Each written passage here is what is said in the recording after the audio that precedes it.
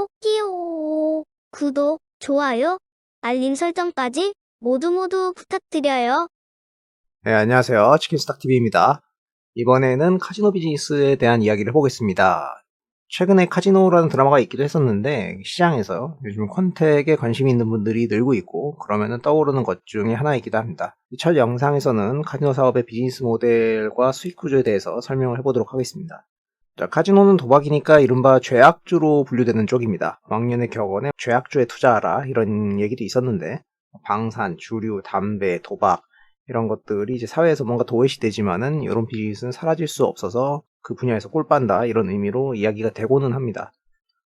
카지노의 비즈니스 구조는 상당히 단순하죠. 도박하러 오는 친구가 있고 얘가 돈 들고 와가지고 칩으로 바꿔서 하우스, 카지노에서 룰렛, 테이블 카드 게임 등 이렇게 합니다. 그리고 이기면은 다시 돈으로 바꿔가는 구조고 지면은 카지노가 돈을 챙기는 그런 형태가 됩니다. 내국인 대상으로는 익히 떠올릴 만한 강원랜드가 있겠고요. 국내는 이게 유일하죠. 그리고 외국인 전용 카지노가 따로 있는데 파라다이스나 GKL 세븐럭 이런 것들이 있고 롯데 관광개발도 있습니다. 이 업체들은 다 상장 관련된 업체들이고 일단 투자자 관점에서는 그래도 내국, 외국 둘 중에서는 외국인 카지노를 더 위주로 말을 하게 될 겁니다. 예전에도 그랬었고요. 자, 카지노는 이른바 하우스니까 국가에서 아무에게나 막 열어주는 그런 구조는 아니겠죠.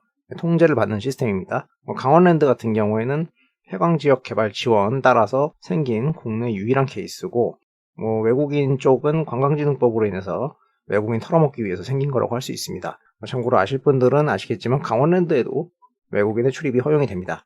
아무튼 이런 하우스들은 새로 들어오려고 하면은 승인을 받아야 되니까 이 부분에서 이른바 진입장벽이 강점이 된다고 이야기를 합니다. 물론 거기에는 장단이 있습니다.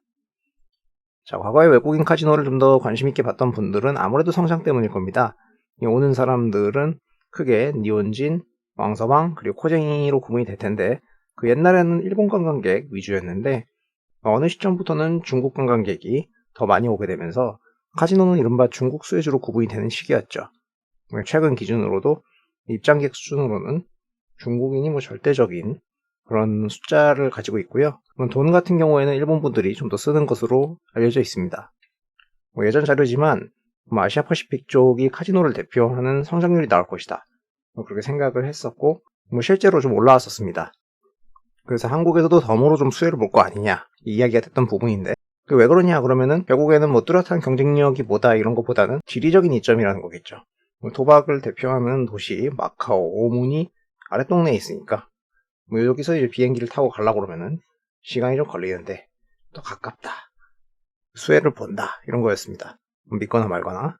그래서 예전에는 외국인 관광객이 늘어나는데 그 중에서 한 20% 정도는 국내에 도박을 하러 온다. 야, 이 성장세 봐. 이게 성장주네 했었습니다. 이후에는 물론 좀 어떤 이유로 인해서 부진했지만은 이때는 엄청 열광을 했었습니다. 자, 우리나라 외국인 카지노는 현재 17개가 있고요. 개수로는 제주도가 제일 많습니다. 하지만 돈이 되는 거는 서울 인근이죠. 빅2라고 하면은 파라다이스가 있고 세븐럭의 GKL 두 대표 종목이 있습니다. 파라다이스 같은 경우에는 박정희 정부 때 개장이 됐었던 올림푸스 호텔 시절부터 상당히 오래된 업력의 업체고요.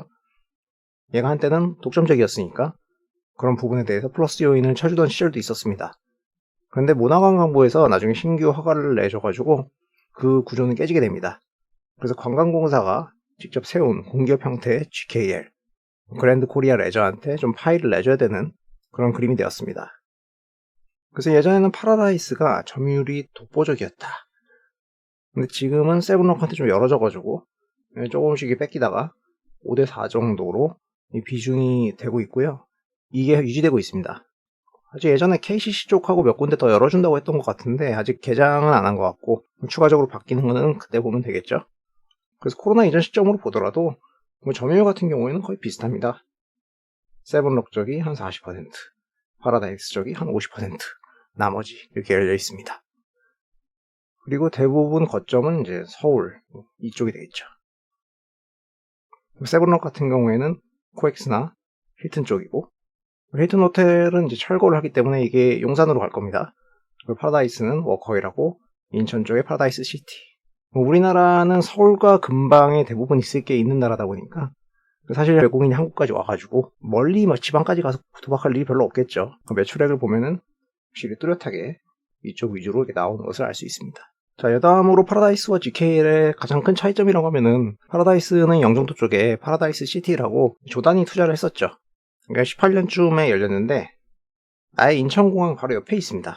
서울까지 들어오지도 마. 여기 리조트 있으니까 여기 와서 도박하고 가시던가 아니면은 나가기 전에 공항 근처에 와가지고 한판 하고 가시라. 이런 의도일 거고요. 여기가 복합 리조트이기 때문에 이로 인해서 매출이 좀 더 이렇게 증가해 보이는 그런 부분이 있었습니다. 그리고 매출 같은 경우에는 계절성이 있을 거라고 흔히 이야기를 합니다. 1분기 중국의 큰 명절인 춘절이 있고 3분기 같은 경우에는 이 휴가 시즌이고 또 중추절이 있고 이런 시점에 따라서 매출액이 요때와 요때 좀 더 잡히는 경향이 있다고 알려져 있습니다. 자, 카지노는 객장에 가면은 테이블하고 딜러만 있으면 되니까 이게 뭔가 크게 투자할 게 보이진 않잖아요. 그래서 고부가 가치일 것이다 생각을 하기 나름인데 실제로 상장 카지노 업체들을 보면은 이익률 지표는 높은 축에 속합니다. 잘 나가던 시점을 보면은 대략 ROE는 10 이상이 보이고 있고 투자자본 수익률 ROIC 같은 경우에도 높은 그림이고 만약에 유형 자산이 딱히 없으면은 마이너스까지도 나오게 됩니다. 지금은 코로나 때문에 이런 게 다 깨졌지만은 14년 잘 나가던 시절 기준으로 말씀드리는 겁니다. 비용 구조 같은 경우에는 급여가 한 20%씩 그리고 감가상각비 한 5% 정도 나머지 임차료, 지급수수료 이런 식으로 돼 있고 기타에서 좀 차이가 많이 나는데 차이가 나는 부분은 누가 마케팅 비용을 얼마나 어떻게 쓰냐 이런 부분 그리고 효율성 차이겠죠. 파라다이스 같은 경우에는 호텔 및 다른 부분 영향도 좀 있는 것 같아서 비용이 조금 더 높게 나오고 있습니다. 그리고 이런 비용 중에는 관광개발기금을 정부에 떼줘야 되는 게 있어요. 대략 매출의 10% 정도고요. 이게 이제 관광진흥개발기금의 한 축이 되게 됩니다. 자, 그런데 고부가가치라고 하면은 판말 가면은 큐가 늘어나가지고 무작정 돈을 뽑아낼 것 같지만은 사실 그렇지는 않다. 이게 허가제라고 했잖아요. 객장 같은 경우에는 제한이 돼 있으니까 사람들이 이렇게 몰려와도 꽉 차면은 게임을 못할 수도 있죠. 그래서 면적을 넓히든가 테이블을 늘리든가 이런 조치가 취해지면 좋을 텐데 이 부분에 대해서는 정부의 허가를 받아야 된다는 통제하에 있다는 게 성장을 좀 제약하는 요인이 되곤 합니다. 그래서 이게 만약에 풀렸다, 늘어난다 그러면은 좀 주목을 하게 되는 경우가 있죠. 그래서 일단 객장의 큐 같은 경우에는 다소 좀 제한이 되어 있다 이렇게 생각을 하고 입장객의 수가 증가하는 것에 더 포커스를 뒀을 겁니다. 그리고 이들이 온 돈을 얼마나 더 많이 때려놨냐 이런 부분에서 이제 성장을 보려고 했겠죠. 자, 이런 고객님들은 VIP가 있고 매스가 있어요. VIP는 큰 손입니다. 일정 수준 돈을 투여하는 그런 분들이고 이분들이 매출을 상당히 차지하고 있죠. 그러니까 여기는 직영업으로 좀 관리를 할 거고요. 반면에 매스 같은 경우는 단체 관광객들 어중이 떠중이들 와가지고 카지노 한번 가보실라고? 해가지고 따라가면은 우리도 해외여행 갔을 때 이게 슬롯이나 좀 치다 오잖아요. 그런 분들입니다. 이른바 짜투리가 되겠죠. 자, 이런 사람들의 국적이 어디고 그 나라 환율 상태가 어떻고 그리고 그들과 한국의 정세가 어떠한가 이런 부분들을 보게 되는 부분입니다. 그리고 정캐시라는 형태로 유지되는 고객이 있습니다. 이건 에이전트를 통해서 유치하는 건데요. 이 에이전트들은 자기들이 독립적으로 움직이면서 고객을 유치를 해와요. 그럼 그분들이 돈을 잃으면은 이제 하우스랑 수익을 나눠 가시던가 이런 형태로 진행이 되는 경우가 있습니다. 이 경우는 아무래도 브로커 피를 떼줘야 되니까 수익성이 좀 떨어지겠죠. 제일 좋은 거는 VIP가 꾸준히 늘어나면서 돈을 많이 잃어주는 게 좋겠죠. 자, 추가적으로 사업을 이해하는데 필요한 용어들에 대해서 알아두셔야 됩니다. 이거는 이제 회사 자료나 애널리스트 보고서 같은 데에서 언급이 되는데 여러분들이 잘 모를 수가 있거든요. 자, 고객이 와가지고 돈을 투여해서 게임을 할 거 아닙니까? 이거를 드랍됐다. 그래서 여기 사용된 돈을 드랍액이라고 합니다. 이 액수가 높을수록 판돈이 커진 거니까 카지노가 이기면은 카지노의 수익이 될 가능성이 높죠. 그래서 이 지표의 증가 여부를 봅니다. 그런데 어쨌든 고객이 잃어야 카지노가 수익이 나죠. 그래서 고객이 잃어서 이 카지노가 이렇게 챙기게 되면은 이 부분에 대해서는 이제 홀드되었다라고 하고 그 비율을 홀드율이라고 부릅니다. 그래서 카지노가 수익이 많이 나려면 드랍액이 들어야 되고 홀드율도 높아야 제일 베스트 시나리오가 될 겁니다. 그런데 만약에 이 찾아온 분이 프로다, 선수일 수가 있잖아요. 그럼 이게 홀드율에 영향을 주게 되겠죠. 안 좋은 의미로. 얘가 돈을 많이 따갈 테니까 그러면은 드랍액이 늘었어도 이 수익성은 악화되는 그런 문제가 발생할 수도 있습니다. 그리고 고객 같은 경우에 많이 잃고 가면은 기분이 나쁠 거 아닙니까? 다시 안 올 수도 있어요. 그래서 지속적으로 이렇게 유치를 하려면은 게임을 할 때 일종의 마일리지 개념으로 콤프라는 걸 넣어주는데요.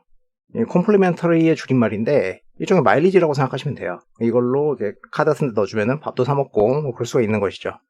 이것도 영업 비용에 녹아있다는 부분을 알고 계셔야 됩니다.